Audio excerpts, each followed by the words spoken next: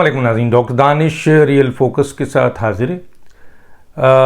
30 और 31 अगस्त दो अहम केसेस हैं और एक केस इलेक्शन कमीशन में है और एक केस 5 रुकनी हाई कोर्ट का लार्जर बेंच सुनेगा।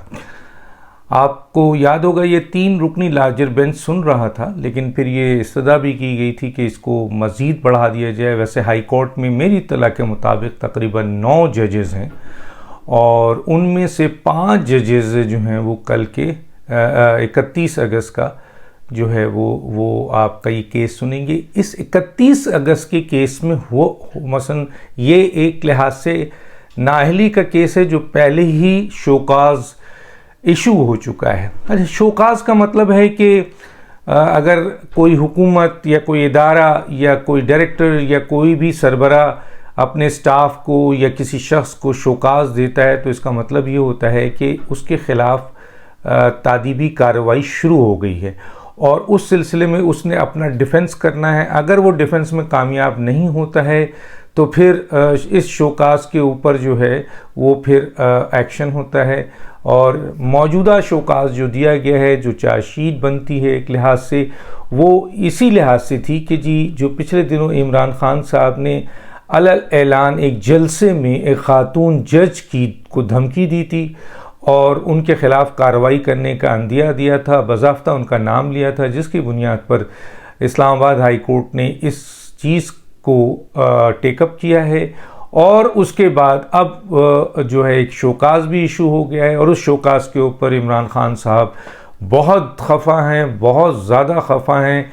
लेकिन वो अभी 2 निजी छोटी अदालतों में उनको जाना पड़ा और जाकर उन्होंने अपनी ज़मानत करवाई। एक छोटी अदालत जो सेशन से भी छोटी थी और दूसरी जो है वो इंसदाद दहशत गर्दी की अदालत में जहां गए और जहां इन्होंने ज़मानत की दरख्वास्त दी, और पर्सनली उनकी हेयरिंग हुई और उसके बाद उनको ज़मानत मिल गई है।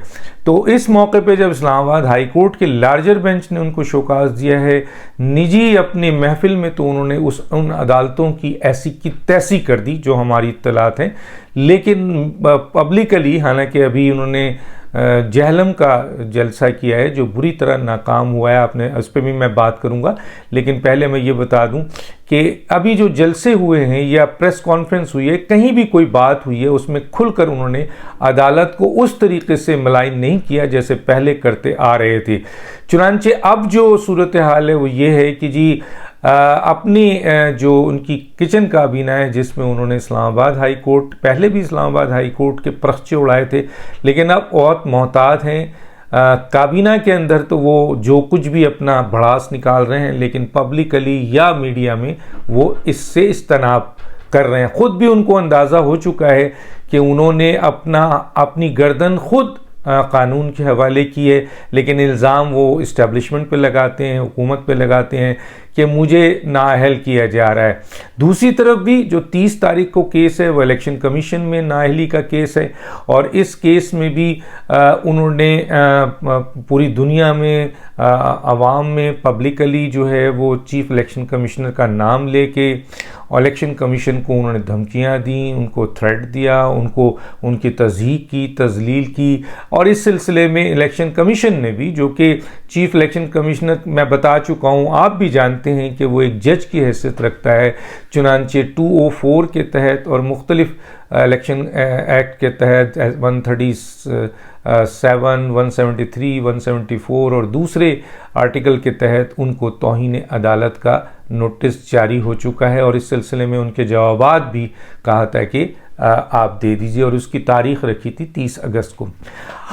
अब 30 अगस्त को इलेक्शन कमीशन में केस है, बिल्कुल क्लियर केस है, क्योंकि दुनिया ने सुना है कि उन्होंने इलेक्शन कमीशन के बारे में क्या कहा था। बहुत ही ख़तरनाक अल्फाज हैं और उन ख़तरनाक अल्फाज की बुनियाद पर इलेक्शन कमीशन ने इनको नोटिस दिया था। पैमरा से वो सारी चीज़ें उन्होंने मंगवा ली हैं।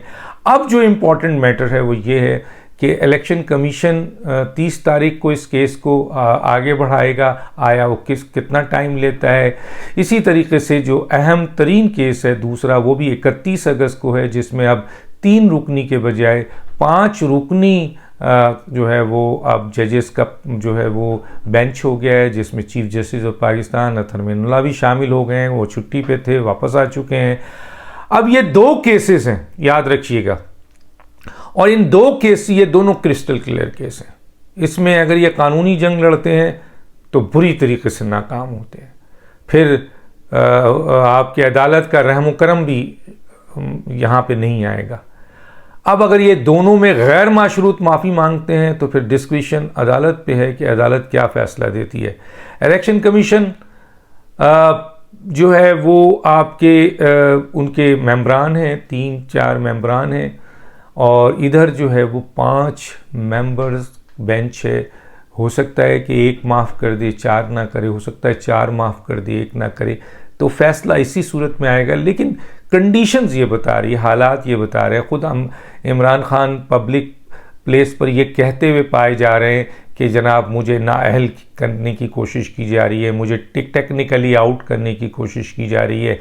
और मैं अपने प्रोग्राम में भी, नेशनल टीवी के प्रोग्राम में भी ये सवाल करता हूँ और यहाँ से भी ये सवाल करता हूँ कि एक शख्स तोशा खाना से अगर ये जानते हुए कि वो वज़ीर आज़म है, उसके नीचे बड़ी लीगल टीम्स है, जब तोशा खाना से सामान उठा रहे थे तो उस वक्त भी उन्होंने एडवाइस ली होगी, उस एडवाइस पे अमल क्यों नहीं किया कि तोशा खाना के से जो भी सामान लेंगे उसको फ़रोख्त करके अपने आप ने जो हासिल करेंगे रकम, उसको अपने असासे में शामिल करेंगे।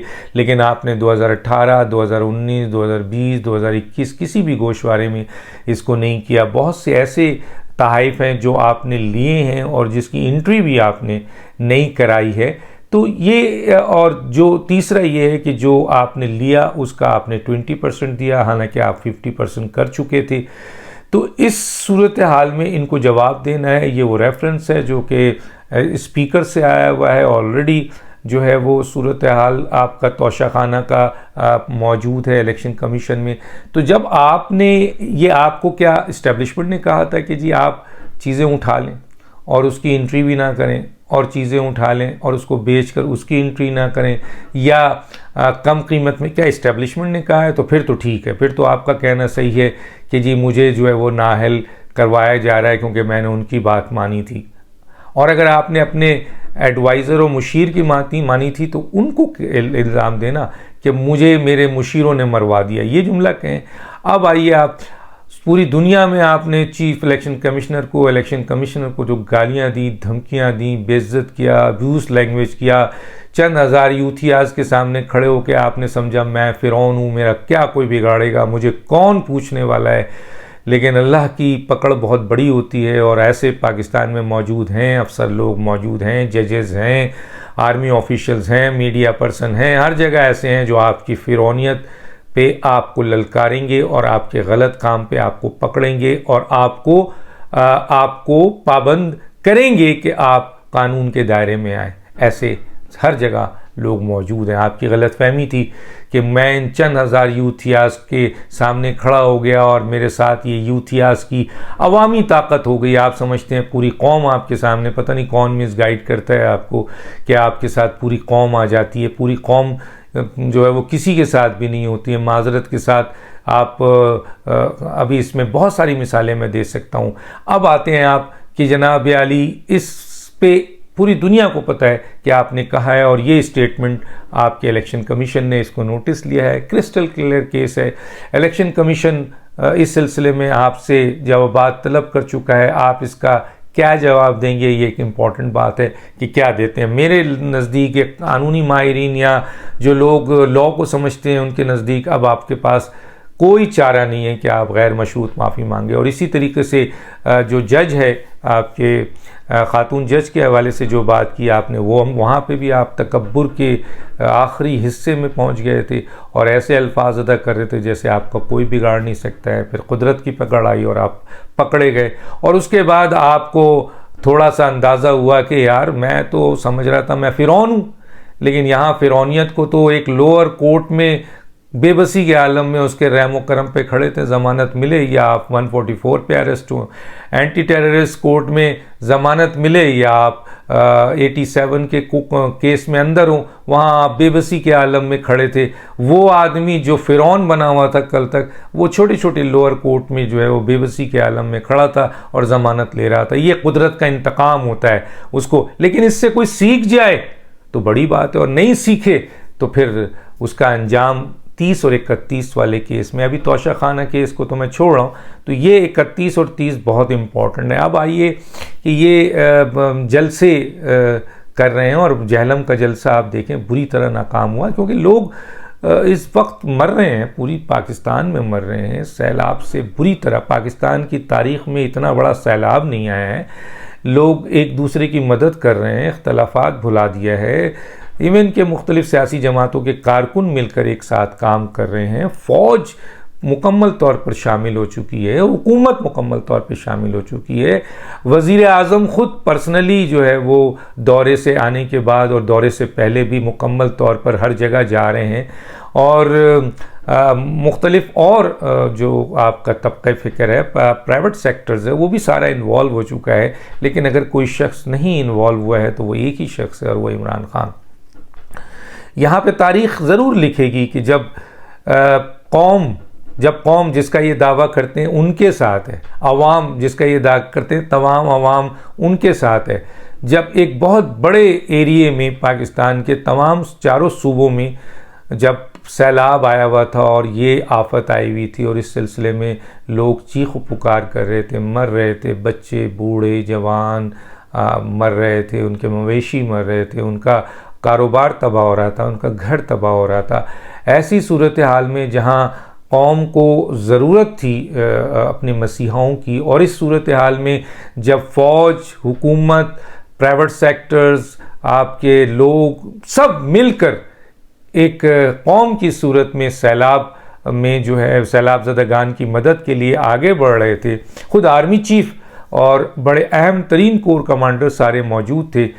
तो जब तारीख़ लिखेगी कि जब पाकिस्तान में अगस्त 2022 में एक बहुत बड़ा ज़लज़ला आया था, मुसीबत आई थी, जिसमें आवाम बुरी तरीके से जो है वो उसमें जो है उसको नुकसान पहुंचा था, और बुरी तरीके से आवाम मर रहे थे, उनके अजनास तबाह हो रहे थे, उनके मवेशी मर रहे थे, पूरी तरह से मुतासिर थी। तो उस वक्त पाकिस्तान आर्मी, हुकूमत पाकिस्तान, तमाम सियासी जमातें, तमाम प्राइवेट सेक्टर्स, NGOs, अवाम मिलकर उनकी मदद कर रहे थे, और एक अकेला शख्स जलसा करके अवाम में तफरीक़ पैदा कर रहे थे, अवाम में इख्तलाफात पैदा कर रहे थे, अवाम में नफ़रत पैदा कर रहे थे।